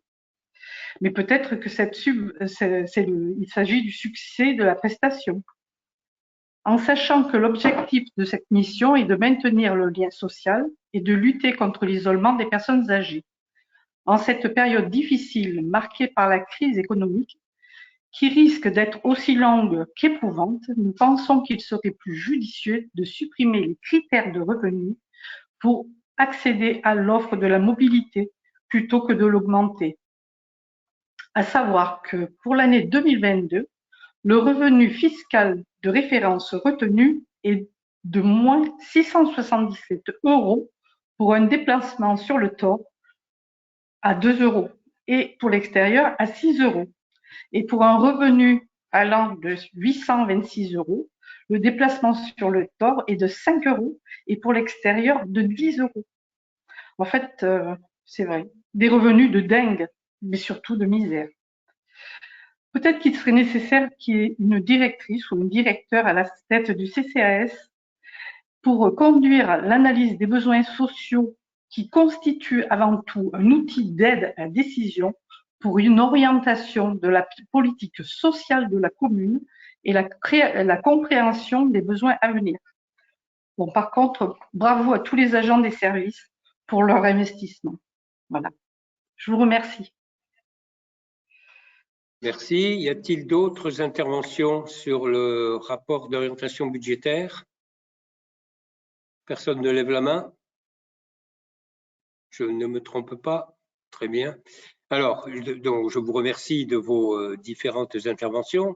Pour ce qui concerne la dernière, j'ai cru que j'étais en conseil d'administration du CCAS. Et là, nous sommes en conseil municipal. Donc, je tiens, je dirais à le rappeler, mais j'accepte votre intervention. Il semblerait qu'une certaine focale soit réalisée sur le boulodrome. Alors, je ne sais pas si vous êtes contre les boulistes, mais j'ai l'impression que vous avez une focale contre ce projet de boulodrome. Alors, je vais donner la parole à Valérie Piasecki, puisque c'est elle qui a piloté, je dirais, ce projet, pour qu'elle nous en donne un peu le contexte. Mais vous savez, même quand on a une vision comptable, ce que vous avez un peu, il faut parler de chiffres justes. Le 1,7 million, je le rappelle, c'est TTC. Donc, on a déjà presque 16% qui sont récupérés en matière de TVA. Et en ce qui concerne le financement, effectivement, c'est entre les subventions et la cession des terrains. D'ailleurs, c'est ce que nous avions annoncé déjà depuis 3 ou 4 ans. Ceci nous permet de financer non seulement le boulodrome, mais un parking qui ne sera pas que affecté au boulodrome. Mais Valérie, qu'est-ce qui a prévalu à notre décision d'accompagner le projet de l'Union bouliste tauroise? Merci. Oui, alors, c'est bon, ça fonctionne. Donc, bonsoir à toutes et à tous. Merci, monsieur le maire, de me permettre de présenter le projet boulodrome un peu plus en détail ce soir. Ce qu'il est important de savoir, premièrement, c'est que nous avons au Thor un club de pétanque et de jeux provençal qui fait partie des 2 plus grosses associations tauroises avec 210 adhérents, dont 80% de taurois. Cette association travaille en partenariat avec plusieurs institutions, dont l'Institut médico-éducatif Poujol du Thor, mais aussi les 3 écoles tauroises, avec un projet de partenariat avec le collège. Elle travaille également avec le centre aéré et notre espace jeunesse.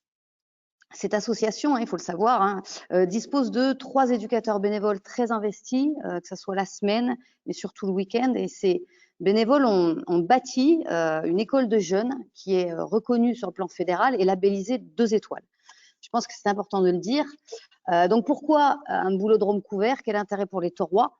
Tout d'abord, il faut savoir que cela permettra aux enseignants d'assurer la continuité pédagogique des différents cycles qu'ils ont mis à leur programme sportif, donc de toutes nos écoles, je le rappelle, hein, du collège, du centre aéré de l'espace jeunesse. C'est aussi garantir le maintien toute l'année des cours d'initiation, des entraînements et des tournois de pétanque et de jeux provençal. C'est également un moyen de procurer aux taurois, notamment aux plus âgés, un nouveau lieu de vie avec une salle polyvalente et de partage accessible à tous toute l'année. Évidemment, la réalisation de cet équipement sportif apportera aux taures une notoriété forte grâce aux concours régionaux qui pourront se jouer tous les week-ends. C'est 22 000 joueurs licenciés par an qui fréquentent le boulodrome. Je ne vous parle pas de ceux qui pratiquent en amateur. Et de fait, cela contribuera, on le sait, à la redynamisation du centre-ville. Donc l'historique du projet, en quelques mots, c'est un projet sur lequel nous travaillons depuis 1 an avec les équipes. Il a été évoqué d'ailleurs à 2 reprises en présence des élus de l'opposition. La première fois le 18 mai lors d'une commission sport et la seconde fois à l'occasion d'une commission travaux qui a eu lieu le 8 septembre 2021. Des visites de boulodrome couverts sur le Pontet Essorgues ont été réalisées avec les chefs de pôle, les dirigeants de club, du club de boules, et en concertation avec les représentants de la Fédération française de pétanque et de jeux provençal, qui est un interlocuteur ressource indispensable. Tout ceci afin d'étudier la pertinence et la faisabilité du projet sur notre territoire. Je tiens à préciser aussi, pour inscrire notre démarche dans une conception de développement durable, la pose de panneaux photovoltaïques est prévue et permettra de réaliser des économies d'énergie évidentes. Je pourrais vous parler largement des apports éducatifs de la pétanque sur tous les publics, et notamment sur le plan social, moteur, affectif, intellectuel. Mais je pense que j'aurai l'occasion de développer tout ceci en détail très prochainement. Voilà ce que j'avais à dire sur le projet, qui n'est pas pharaonique, comme vous pouvez le penser, mais qui, selon nous, répond aux besoins des taurois qui le méritent. Voilà pour moi. Merci. Merci. Donc, s'il n'y a pas d'autres interventions, pardon. Hop, voilà, vous m'entendez. Merci Valérie. S'il n'y a pas d'autres interventions, Monsieur Mathieu. Oui, on n'avait pas prévu de faire une intervention spécifique, je dirais, concernant ce débat d'orientation budgétaire, parce que bon, pour moi, il est quelque part, et pour nous, il est à l'identique de ce qu'on a vécu l'année dernière. Hein, donc, bon, en plus, les chiffres ne sont pas encore totalement définitifs, donc on les aura quand on votera le budget. J'aimerais simplement dire que lors de cette présentation, vous avez parlé du côté très pessimiste, je dirais, de la situation nationale, voire mondiale.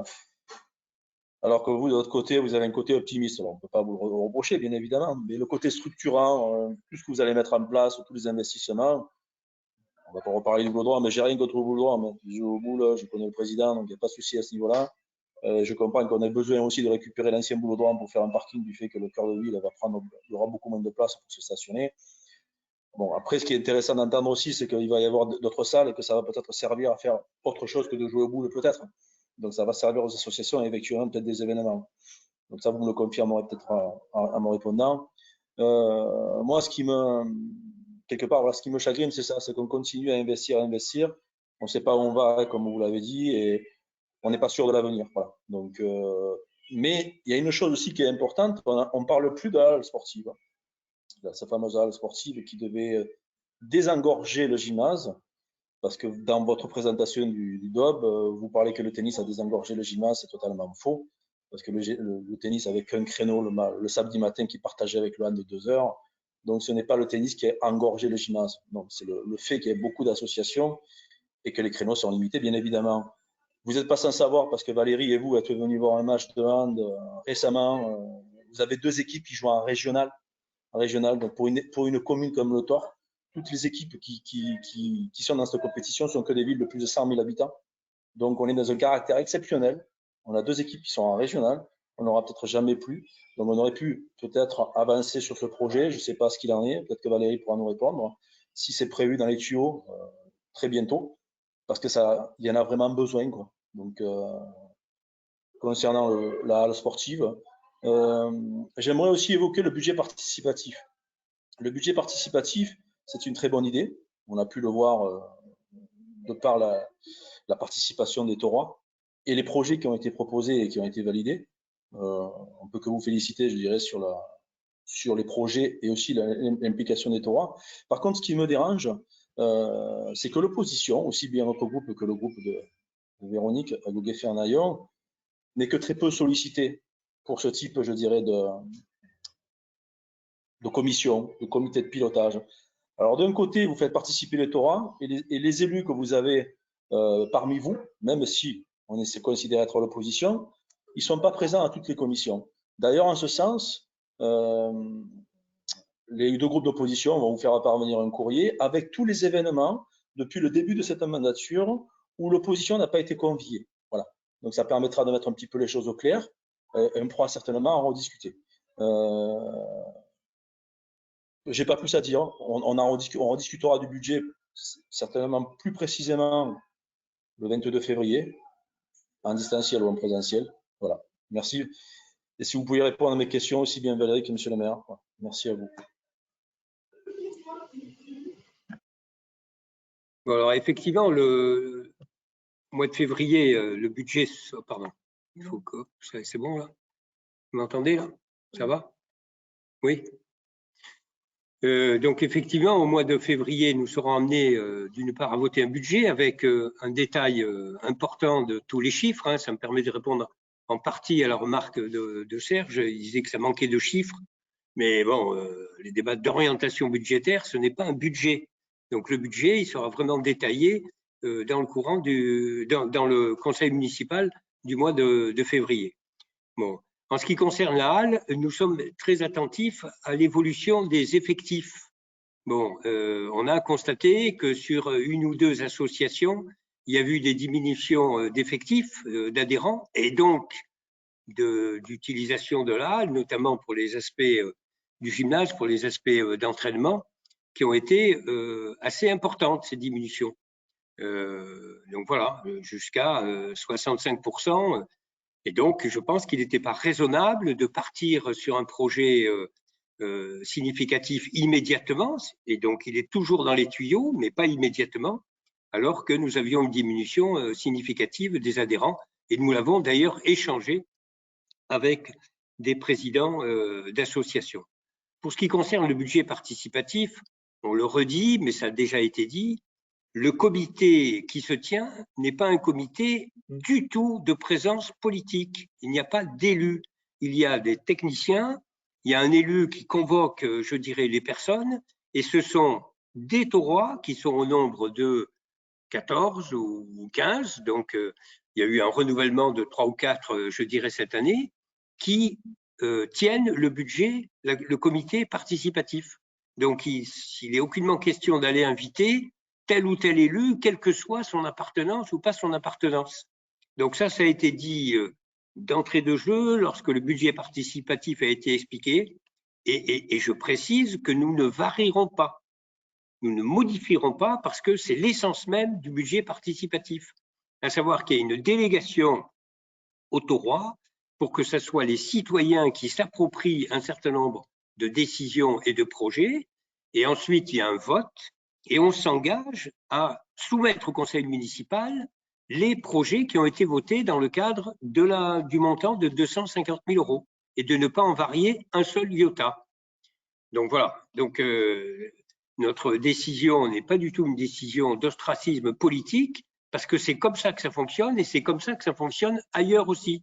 Donc on s'est instruit des fonctionnements et ça évite effectivement que ce comité soit l'enjeu de débat et qui soit tourné exclusivement sur le choix des projets qui peuvent intéresser les Taurois. En ce qui concerne le saupoudrage, il n'y a aucun risque de saupoudrage puisque nous avons dit que tout type de projet pouvait être validé jusqu'à 50 000 €. Et donc, quelqu'un qui propose d'installer des boîtes à recharge de téléphone pour un budget qui peut-être va faire 2 500 € va rendre un service aux jeunes Taurois au gymnase immense, alors que l'investissement qui est de 2 500 €. Et nous n'avions pas eu cette idée, c'est les Taurois qui l'ont eu. Et j'ai autant de respect pour celui-ci que pour un autre qui propose un investissement de 50 000 € pour modifier une route, etc. Donc, c'est pas du saupoudrage, c'est de prendre en compte les besoins qui sont votés par les taurois et proposés par les taurois.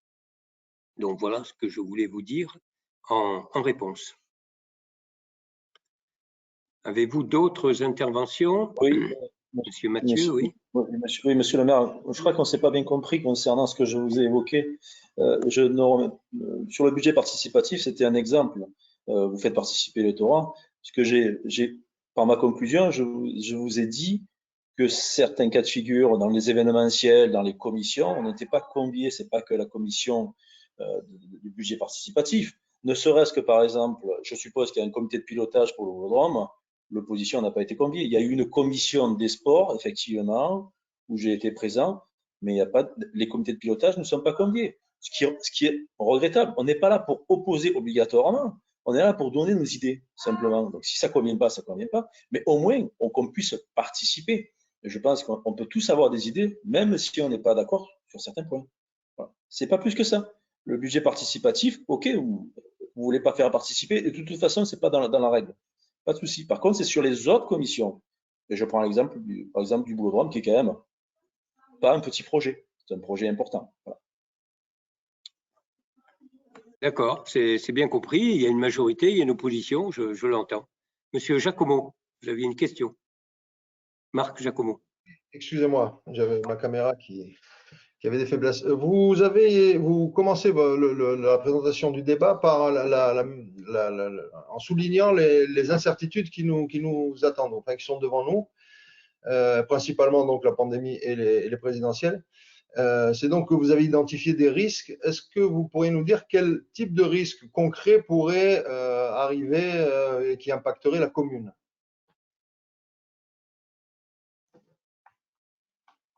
Si vous voulez, en ce qui concerne la pandémie, on a quand même tous, je dirais, été concernés depuis 2020. Je rappelle qu'on a eu un arrêt quasiment pendant 2 mois et demi de tous les travaux en 2020 qui ont planté un certain nombre de projets. Donc si, lorsqu'on réfléchit aux orientations budgétaires, on ne dit pas qu'il peut y avoir un risque lié à la crise sanitaire, on est irresponsable. Donc, bien évidemment, on souhaite que cette crise sanitaire s'apaise et qu'on puisse retrouver une vie complètement normale, mais qui est prêt à signer ça et garantir qu'on ne va pas réavoir une relance, soit maintenant, soit au mois de septembre ou au prochain hiver? Personne. Donc, quand on prévoit un budget, notamment sur des projets d'investissement, on doit attirer l'attention là-dessus. Et enfin, comme vous le savez, les élections présidentielles et législatives rythment la vie du pays, et non seulement la vie politique, mais aussi la vie financière. Qu'est-ce qui va sortir des élections du mois d'avril prochain et du mois de juin? Si on ne dit pas que ces élections peuvent percuter le budget de l'État, on n'est pas responsable. Donc voilà. Donc on attire l'attention. Alors, bien évidemment que le paquebot France est un gros paquebot et qu'avant de lui changer complètement son cours, ça pourrait prendre un certain nombre de temps. Néanmoins, il nous paraît logique d'attirer l'attention sur ces deux phénomènes qui peuvent percuter la vie générale du pays et donc de notre commune, puisqu'on est au cœur d'un pays. Donc voilà. Mais on ne va pas s'arrêter de vivre hein, si c'était ça le… Non, pas du tout, non. Ma question ne visait pas à mettre en cause votre capacité à prendre des responsabilités. Ne voyez aucune malice dans mes questions, c'était simplement pas. Non, voilà. Pour ma gouverne. Mais je reconnais que c'est un peu difficile, si vous voulez, comme on l'a souligné, il faut reconnaître que c'est un peu difficile quand vous voyez qu'une loi budgétaire ne s'applique à nous et décidée que le 31 décembre, c'est un peu complexe quand même. Hein, et la loi budgétaire, quand même, c'est ce qui rythme ce qui va se passer durant l'année. Hein, bon, donc voilà. Tout à fait. Donc, je comprends.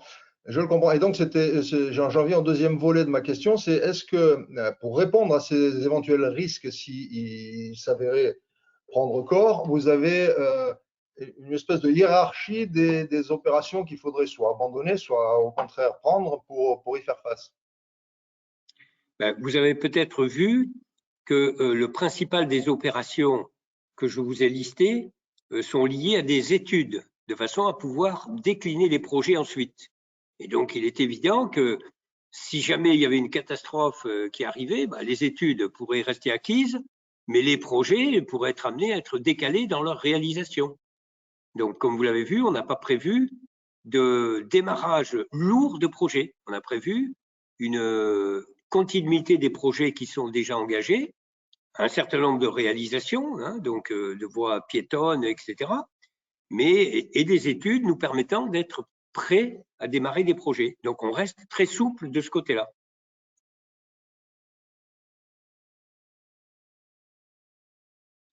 Est-ce qu'il y a d'autres questions ou est-ce qu'on va pouvoir mettre un terme? Oui, Lionel Gomez. Bonsoir à tous. C'était juste une petite observation pour Stéphane quand il parle du boulodrome. C'était pour rappeler que le 18 septembre, à la commission travaux, nous en avions parlé dans les projets à venir. Voilà, monsieur le maire. Oui, oui, tout à fait. Valérie l'avait bien dit tout à l'heure, ainsi qu'à la commission des sports. Donc voilà, donc oui. Excusez-moi, monsieur le maire, je vais insister sur la sémantique, mais une commission, on nous donne exactement ce qui va se passer. On n'est pas là pour donner notre avis réellement, donc il n'y a pas de. Par contre, un comité de pilotage, là, c'est beaucoup plus fort. Donc bon, c'est pour ça que j'ai insisté sur le comité de pilotage. Donc je suis bien placé pour le savoir, j'ai pu assister à plusieurs. Donc une commission, on prend acte de ce que vous avez décidé, pratiquement. On peut vous donner quelques cas. Mais sinon, non. Alors, je vous parle de comité de pilotage, je ne parle pas de commission, les nains. D'accord, mais on a bien compris, je vous ai répété qu'il y avait une opposition et une majorité qui pilotait. Voilà, c'est ça ma réponse. Bon, donc s'il n'y a pas d'autres questions, non, pas d'autres questions, je fais le tour là. Je vais donc soumettre à un vote pour la prise acte du débat. C'est pas tout à fait un vote, c'est une prise acte. Bon. Donc, c'est ça. Donc, et je le fais individuellement. Donc, Bayon de Noyer, oui. Marigot Hélène. Oui. Bresson Laurent. Oui. Oui. André Jeski, Florence. André Jeski, Florence. Florence, oui, je la vois. OK. Oui. Gomez Eliane. Oui. Gomez Eliane. Oui. Oui, je prends acte. Gay Patrick. David Mathieu Christiane. Oui. Leclerc Jean-François. Oui. Royer Christian. Oui. Raoux Michel. Oui. Villon Patrick. Oui. Vedel Chantal. Dupuis Béatrice. Oui. Gomez Lionel. Prends acte, oui. Paulet Gilles Laetitia. Oui. Jacquet Florian. Oui. Rémi Laurent. Oui. Piazecki Valérie. Oui. Schneider Estelle. Oui. Sassi Cécile. Oui. Tatarenko Serge. Et oui.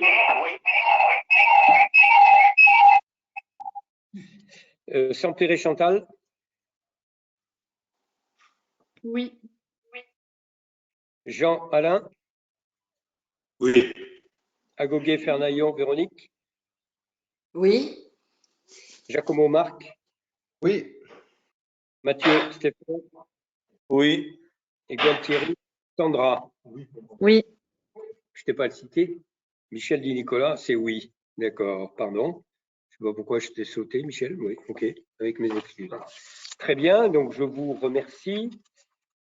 Nous avons une question qui a été posée au conseil municipal, que je donne la parole à Madame Agoguet Fernaillon. Oui, en fait, c'est moi qui vais en parler. Oui. Allô? Oui. Je vous en prie. Je vous en prie. Alors, donc, c'est une question sur les détecteurs de CO2. En raison de la propagation du virus Omicron, le ministère, et des autres virus d'ailleurs, le ministère de l'Éducation nationale recommande fortement d'équiper les salles de classe avec des détecteurs ou des capteurs de CO2 afin de déterminer la qualité de l'air et le potentiel risque de contamination par le Covid. En effet, selon les autorités de santé, si une salle de classe dépasse un taux de dioxyde de carbone, de CO2 de 800 ppm, parties par million, cela signifie que l'air est mal renouvelé et que le virus peut donc être présent en grande quantité et qu'il faut aérer la pièce. Cette compétence d'équipement scolaire incombe aux collectivités locales et en particulier les communes pour ce qui est des écoles maternelles et élémentaires. En conséquence, pouvez-vous nous indiquer les mesures qui ont déjà été prises à ce sujet et le coût qui en résulte? Sachant qu'une aide financière est apportée par l'État, environ 50 € par capteur, si j'ai bien compris, la facturation des capteurs devant être faite avant le 30 avril. D'autre part, nous tenons ici à réaffirmer notre soutien vis-à-vis des équipes enseignantes et du personnel des écoles de la commune. Voilà. Alors, merci de cette question. D'abord, je voudrais rappeler que bien avant la pandémie, donc avant 2020, la commune a réalisé et fait réaliser par des entreprises APAV et Socotec des tests de CO2 dans tous les établissements scolaires de façon à vérifier la conformité aux normes. Et tous ces tests ont confirmé cette conformité. Et bien évidemment, c'était en situation occupée. En second lieu, dès l'apparition de la pandémie en 2020, nous avons mis en place une procédure consistant à des aérations systématiques des salles de classe, des salles de motricité et des réfectoires. Aération le matin avant l'arrivée des enfants par le personnel communal, aération aux heures de récréation par les enseignants, aération lors des pauses méridiennes par le personnel communal et de nouveau lors de récréation l'après-midi par les enseignants. Et j'ajoute que les enseignants, même en cours de cours, réalisent des ouvertures de fenêtres de façon à réaliser des aérations. Donc, il convient de rappeler que seules les aérations régulières permettent de sécuriser les salles. Donc, nous avons vérifié que ces procédures sont très bien respectées par les personnes qui sont en charge et nous en profitons pour les remercier. De façon à encore mieux vérifier la conformité de l'air, nous avons décidé d'investir dans 2 testeurs pour une utilisation itinérante dans les salles et réfectoires. La pose de testeurs permanents n'est absolument pas la bonne solution, car elle déresponsabilise les encadrants de la bonne gestion systématique des procédures que je viens de vous décrire et qui ont été arrêtées en termes d'aération. Et d'autre part, elle produit un côté anxiogène auprès des enfants, ce qui est très regrettable.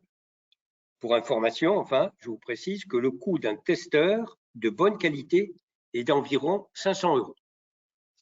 Voilà, donc je vous remercie. Nous sommes au terme de ce conseil municipal. J'espère que vous n'avez pas trop galéré par cette visio et je nous souhaite de nous retrouver en février prochain en présentiel, ce qui permettra de nous faciliter les échanges. Bonsoir à tout le monde et le prochain, c'est pas 22 mars, c'est en février. 22 février, voilà, le 22 février. Et puis on vous donne les autres dates dans le cas où certains les auraient oubliées. Alors je vous dis qu'il faut signer les registres, donc ça veut dire, non mais c'est Nada, 30 secondes s'il vous plaît, c'est Nada, on fait quoi, on les fait passer ou c'est le 22 février?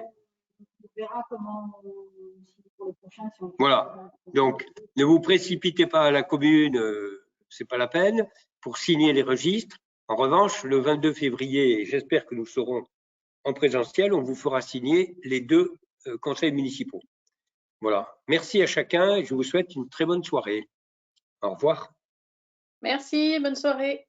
Merci, bonne soirée. Bonne soirée. Au revoir.